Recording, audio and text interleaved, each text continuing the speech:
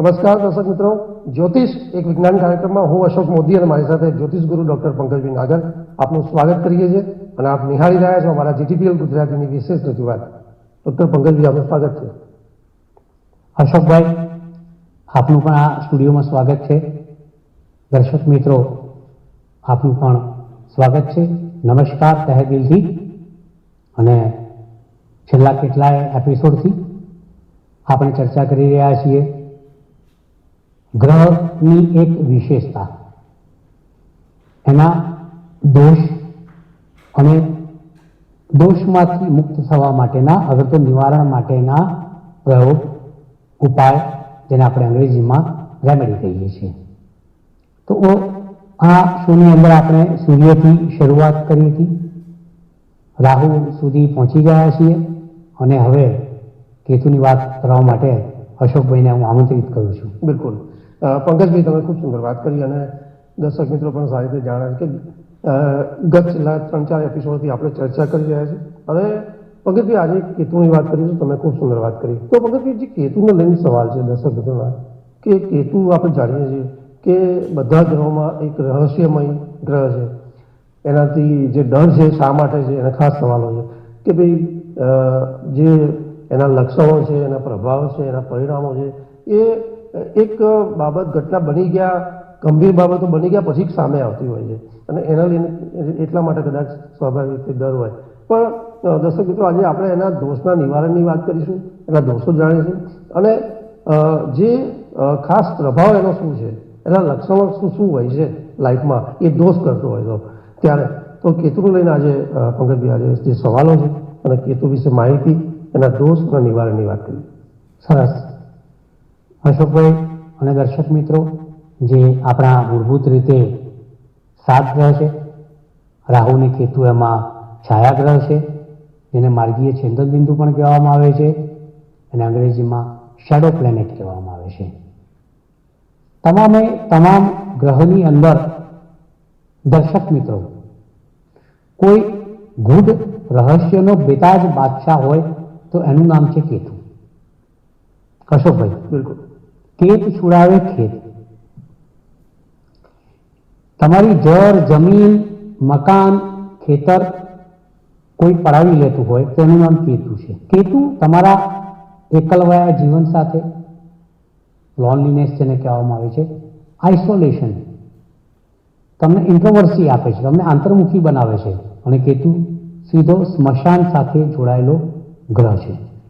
કેમ? કારણ કે કેતુ છે એ ધડ છે અને જ્યાં મન નથી, મગજ નથી, આંખો નથી, નાક નથી, કાન નથી, થાઇરોઇડ નથી, જીભ નથી, મોટાભાગની ઇન્દ્રિયો મસ્તકના ભાગમાં આવેલી હોય છે. એટલે એને એક મૃત શરીરના ભાગ તરીકે, એટલે કે એક ધડ તરીકે ઓળખવામાં આવે છે. કે જ્યારે રાહુ અને કેતુ બંને એક જ શરીર સ્વરૂપે દેવોની સભાની અંદર છાના છપના અમૃત પાન કરવા માટે ગયેલા, ત્યારે સૂર્યચંદ્રએ ચાડી ખાવાના કારણે એમનો વધ થઈ ગયેલો. 2 ટુકડા થયા, એક મસ્તકનો ટુકડો જેનું નામ રાહુ અને એક ધડ જેનું નામ કેતુ. અને આજે આપણે કેતુ ઉર્ફે ધડની ચર્ચા આ શોની અંદર કરી રહ્યા છીએ.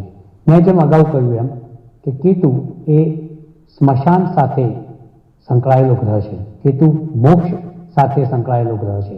કેતુ જીવનના એકાંતવાસ સાથે, જેલ યાત્રા સાથે, નાહકના ખર્ચ સાથે, પંચ મહાભૂતમાંથી બનેલા શરીરની મુક્તિ માટે જો કોઈ ગ્રહ સંબંધિત હોય તો એનું નામ કેતુ છે. કેતુ એટલે માર્ગીય છેદક બિંદુમાંનું એક બિંદુ અને પૂંછડી. અન્ય ગ્રહોની વાત કરતા કરતા જ્યારે કેતુ સુધી પહોંચીએ ત્યારે એક સાપ સીડીનો પ્રયોગ જેને કહી શકાય કે કેતુ એટલે જો એ બગડે તો તમે ગમે એટલા ઉપર હોવ પરંતુ તમને પૂંછડી પર લાવીને મૂકી દે, એનું નામ કેતુ. કહેવાય છે ને કે શનિ મહારાજ જ્યારે પનોતીમાંથી જાય ત્યારે છેલ્લે ઉતરતી પનોતીમાં પૂંછડું પછાડે. આ પૂંછડું એટલે કેતુ. અને આ પૂંછડાનો જે પ્રહાર હોય છે તમારા મારા ઉપર, એ મુખના પ્રહાર કરતાં પણ વધારે વેદનાવાળો અને માનવ જીવનને ભારી પીડા આપનારો, કષ્ટ આપનારો આ એક કેતુ છે. કેતુ સીધો જ ઓકલ્ટ સાયન્સ સાથે અને કે ગૂઢ વિજ્ઞાન સાથે, ગૂઢ જ્ઞાન સાથે સંકળાયેલો ગ્રહ છે. કેતુ તમારી કુંડળીમાં બિલકુલ પ્રસન્ન રીતે પોતાનો રોલ ભાગ ભજવે છે.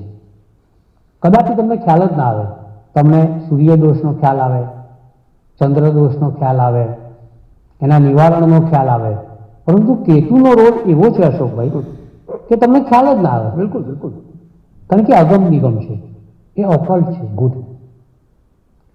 અને કેતુ એટલે જ ગૂઢ અને ગુઢતા. ગ્રહોના ગૂઢ રહસ્યની અંદર જો ગૂઢ રહસ્યનો કોઈ માલિક હોય તો એનું નામ કેતુ છે. કેતુ તમારા જીવનમાં સંબંધોનો સેતુ તોડાવી નાખે. અંકશાસ્ત્રની વાત કરીએ તો એ 7ના અંક સાથે ક્યાંક જોડાયેલો છે. જ્યોતિષશાસ્ત્રની વાત કરીએ તો એની પ્રિય રાશિમાં ધન રાશિ પણ આવે છે, મીન રાશિ પણ આવે છે, કારણ કે આ રાહુની અસ્તની અને નીચની રાશિ છે.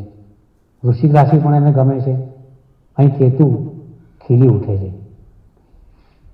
કેતુ માટે એવું કહેવાય છે કે 3જા, 6ઠ્ઠા, 10મા, 11મા સ્થાનમાં એ બિરાજમાન થાય તો એના ફળ અદ્ભુત હોય છે, અનેરા હોય છે, કારણ કે આ ઉપચય સ્થાન છે.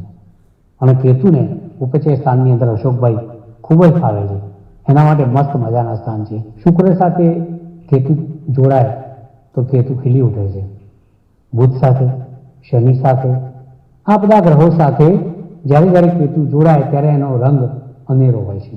અલબત્ત હસવા માટે કહું છું, રાહુ સાથે કેતુ કદાપી ના જોડાય, કારણ કે રાહુ અને કેતુ 180 ડિગ્રી ઉપર આમને સામને બિરાજતા માર્ગીય છેદન બિંદુઓ છે. હા, હોરા અને ત્રિશાંશ નામની એક કુંડળી છે જેની અંદર હંમેશા રાહુ કેતુ સાથે હોય છે. પરંતુ એક જેને કહેવાય ને કે મેથેમેટિકની આ વાત છે, કેલ્ક્યુલેશનની આ વાત છે, જેને પ્રિડિક્શન સાથે કંઈ લેવા દેવા નથી. તો કેતુ સૂર્ય સાથે જોડાય તો સૂર્યમાં એક કલંક ઊભું થાય. કેતુ ચંદ્ર સાથે જોડાય તો ચંદ્ર માટે એક ડાઘ ઊભો કરે. કેતુ મંગળ સાથે જોડાય તો ડબલ મંગળનો પાવર આવે. કેતુ જ્યારે શુભ ગ્રહો સાથે જોડાય ત્યારે એના શુભત્વને ઘટાડે. ક્રૂર ગ્રહો સાથે જોડાય તેની ક્રૂરતામાં ડબલ વધારો કરે. એટલે બંને બાજુ નુકસાન છે. પરંતુ કેતુ જ્યારે ફળે ત્યારે ઘણું બધું મળે. કારણ કે મેં કહ્યું એમ કે કેતુ એક ઓકલ્ટ, ગૂઢ, રહસ્યવાદી, સિક્રેટિવ, સસ્પેન્સફુલ ગ્રહ છે. એટલે કેતુ માટે અમે તમને જે માહિતી આપી એ માહિતી તમારી પાસે એને સંગ્રહી રાખજો, ક્યારેક કામ આવશે. હવે એક અન્ય વાત કરું જે આપણા અશોકભાઈ દર્શક મિત્રો માટે ખૂબ જ જરૂરી વાત છે કે કેતુ જ્યારે મહાદશાની આવે કેતુની, બહુ ઓછા વર્ષોની 7-1 વર્ષની કેતુની મહાદશા, અને મહાદશાની અંદર કેતુની દશા કાઢવી બહુ અઘરી છે. મેં લગભગ મારી લાઈફની અંદર જોયું છે કે કેતુના મહાદશાના વર્ષો એક અદના માનવી માટે કેટલાક કપરા, અઘરા, અને જેને કહેવાય કે તમારા ઘડતર માટે ખૂબ જ મહત્વના આ વર્ષો હોય છે. કેમ ઘડતર માટે મહત્વના વર્ષો હોય છે એ પણ દર્શક મિત્રો અને અશોકભાઈ સમજીએ. ત્યારે હંમેશા અશોકભાઈ વિષુવતરી દશાની અંદર કેતુ પછી શુક્રની દશા આવે, અને શુક્રની દશામાં જાવ ચલાલી, માલ પાણી, જલસા.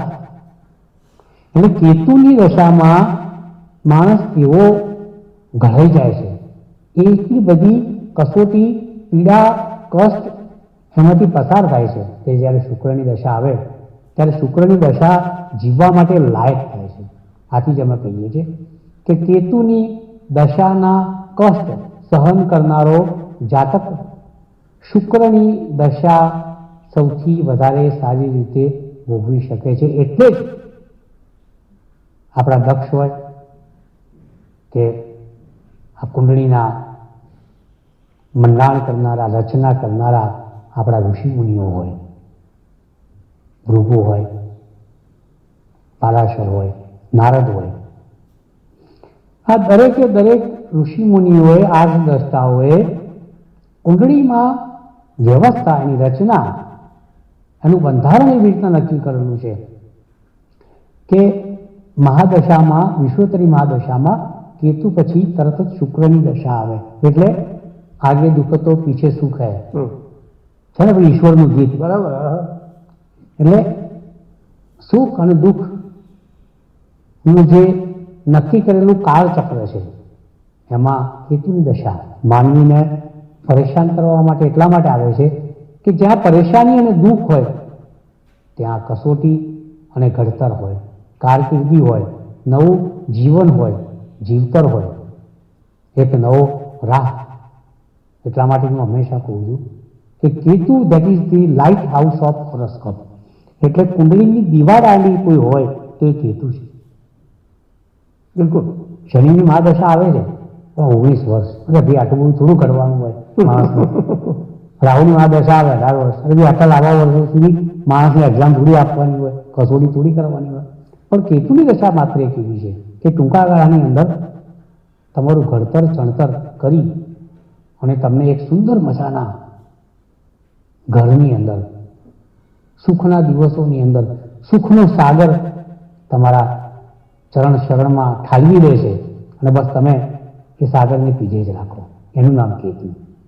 આ કેતુની માયા, એના રહસ્ય, એના ગૂઢ રહસ્ય અનેરા, નોખા, અનોખા, નહીં સાંભળેલા એ પ્રકારના એના રહસ્યો છે. એટલે જ એને રહસ્યવાદી ગ્રહ કહેવામાં આવે છે.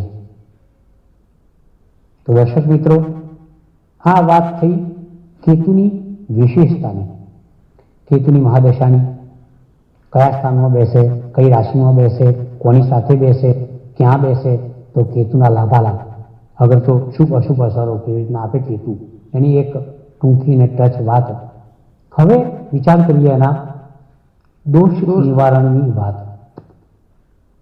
સૌપ્રથમ તો કહું કે કેતુનો સૌથી મોટો દોષ છે એ 12મા સ્થાનમાં બેસે ત્યારે.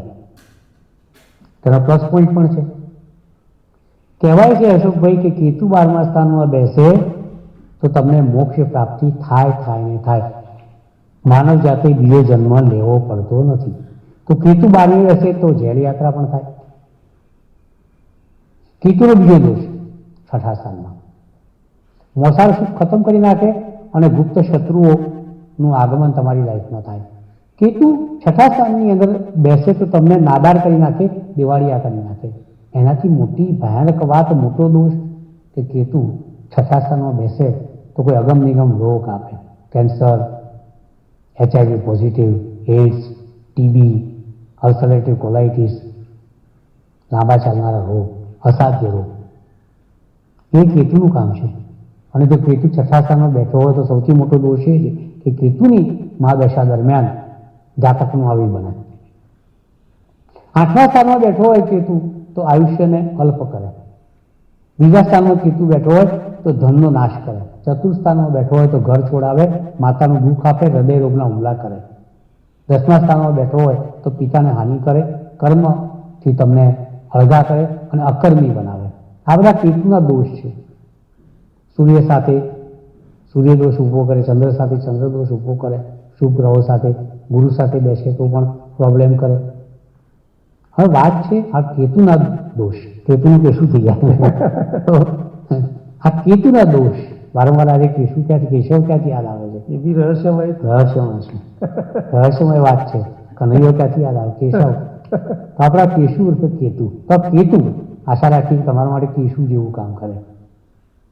તેના નિવારણની વાત કરીએ કે જેથી કરીને કેતુ કેશુ જેવું કામ કરે. તો આ કેતુના દોષ નિવારણની કેટલીક પદ્ધતિઓ અને વાત.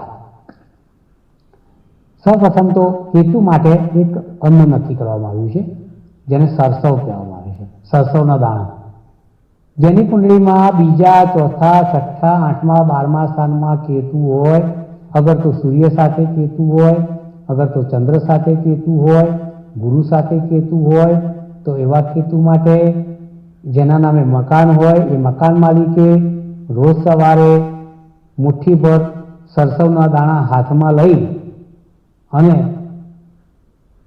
એને પોતાના માથા ઉપરથી જાતે જ એન્ટી ક્લોકવાઇઝ 21 વખત ઊંધા ઉતારી અને બહાર જઈને કોઈ પણ નાળીમાં ગંદી જગ્યાએ એને નાખી આવો. પ્રયોગ નંબર 2, કેતુ એ પૂંછડી છે. તમારે પૂંછડી નારિયેળ લાવવાનું. એક છોલ્યા વિનાનું નારિયેળ પણ આવે છે ને, છોતરાવાળું. આખું.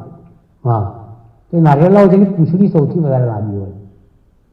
એ પૂંછડી પર તમારે કંકુનો ચાંદલો કરવાનો અને ત્યારબાદ કેતુના જે મંત્ર છે, વેદોક શાસ્ત્રો બીજો, એની એક માળા કરી નારિયેળ પૂજા દરમિયાન દીવો અગરબત્તી કરી સામે મૂકી રાખવાનું અને પછી એ કેતુ છે એવું સમજવાનું.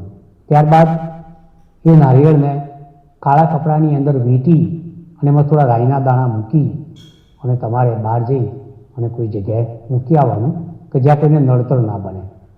આ 4 રસ્તાના પ્રયોગની વાત નથી કરતો. નદીમાં નાખી નદી ગંદી ના કરતા, 4 રસ્તામાં મૂકીને કોઈને અડફેટે ના ચડાવતા, અને મેલી વિદ્યાનો પ્રયોગ નથી.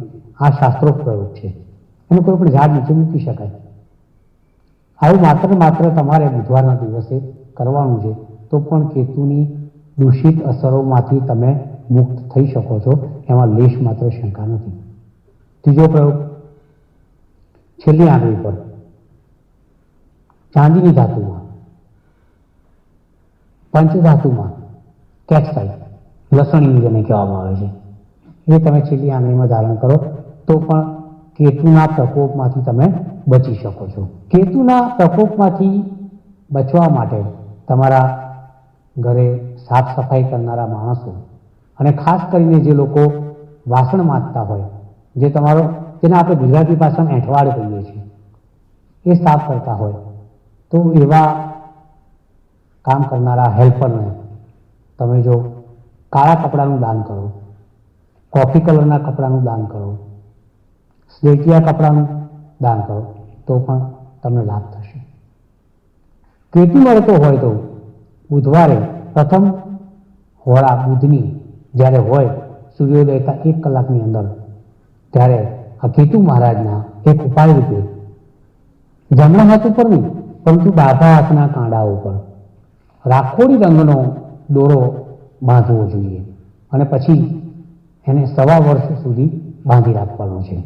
કેતુના 8 આટલા પ્રયોગો તમારી સમક્ષ મેં રેમેડીઝ જેને કહેવામાં આવે છે એ મૂક્યા છે. સૂર્ય, ચંદ્ર, મંગળ, બુધ, ગુરુ, શુક્ર, શનિ, રાહુ, કેતુ એ તમામે તમામ ગ્રહોના દોષ, એના ગુણ, એના લક્ષણો, એના નિવારણ, આ તમામ ઘટનાઓ તમારી સમક્ષ મેં ખુલ્લા મનથી એક રહસ્ય, એક વાત તમારી સમક્ષ મૂકી છે અને તમારે કંઈ કરવાનું નથી.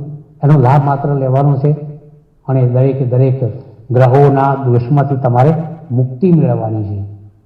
દરેક ગ્રહોના દોષમાં એવું હોય છે કે સૂર્યનો દોષ હોય તો આંખની રોશની, પિતાનું સુખ, તંદુરસ્તી, પ્રતિષ્ઠા. ચંદ્રનો દોષ હોય તો માતાથી તકલીફ, માતાને દુઃખ, તમારા શરદી એલર્જીના રોગ, દરેક કામમાં કાર્ય ધીમું ઢીલું પડવું.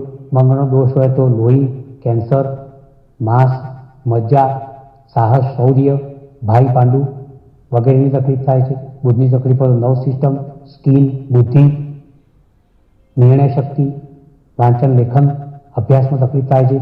ગુરુનું પણ એવું છે, ગુરુના દોષ હોય તો પણ અભ્યાસમાં તકલીફ થાય છે, ધનની તકલીફ થાય છે, ધર્મમાં તકલીફ થાય છે, પોતાનાથી મોટા લોકોથી પણ તકલીફ થાય છે, ઊંચા હોદ્દા પર પદભ્રષ્ટતા આવે છે. શુક્રથી તકલીફ હોય તો સ્ત્રીઓથી તકલીફ થાય છે. ભૌતિકવાદથી તમે દૂર ધકેલાઈ જાઓ છો અને જાતીય સમસ્યાઓ તમારી સમક્ષ આવે છે. શનિથી તકલીફ હોય તો કેન્સર, એકલવાયાપણું, વૃદ્ધાવસ્થામાં તકલીફો, પીડા, કષ્ટ વગેરે રોગ થાય છે. રાહુમાં હોય તો ભેદી રોગ થાય છે. કેતુમાં અગમ નિગમ રોગ થાય છે. આ તમામ ગ્રહો જ્યારે દોષ ઉત્પન્ન કરે ત્યારે તમારી કુંડળીમાં કોઈને કોઈ પ્રકારે હેરાનગતિ આવે છે અને દરેક એપિસોડ વાઇઝ મેન અશોકભાઈએ તમારી સમક્ષ દોષ નિવારણના ઉપાયોને જ્ઞાન પીસ્યું છે. એનો પૂર્ણ સ્વરૂપે ખુલ્લા મને ઉપાય કરજો. ન ખબર પડે તો તમે અમને પૂછી શકો છો. અમે દીવાદાડી છીએ અને સાચું માર્ગદર્શન તમને આપીશું. નમસ્કાર. પરંતુ પંકજભાઈ તમે ખૂબ સુંદર વાત કરી આજે કે જ્યારે આપણે ગ્રહોના પ્રભાવને લઈને ચર્ચા કરી રહ્યા હતા ત્યારે આજે કેતુને લઈને જે આપણા સવાલો હતા અને કેતુને લઈને જે ટોપિક કર્યો આજે અને જે આપણા એક સવાલોમાં જે ડર હતો કે કેતુના જે લક્ષણો છે એનો પ્રભાવ છે એનું એક તમને એનાથી ખૂબ ડર હતો અને જે સવાલ એમાં પંકજભાઈએ ખૂબ સુંદર ચર્ચા કરી કે કેતુ જેની જે મહાદશાની વાત હતી એ ગોચરમાં અન્ય ગ્રહો સાથે એ કેવા પ્રભાવ કરે છે. એમાં કેટલાક સારા પ્રભાવની વાત કરી કે જ્યારે કેતુ શનિ શુક્ર બુધ સાથે હોય તો કેટલા સારા પ્રભાવ કરે છે અને કેતુ રહસ્યમય રીતે જે બાબતો કરતા હોય છે એની પણ પંકજભાઈ ખૂબ સુંદર વાત કરી કે કેવા એ આરોગ્યને તકલીફો કરતો હોય છે, સામાજિક લાઈફમાં કેવા કેવા પ્રોબ્લેમ્સ કરતો હોય છે એની વાત કરી છે.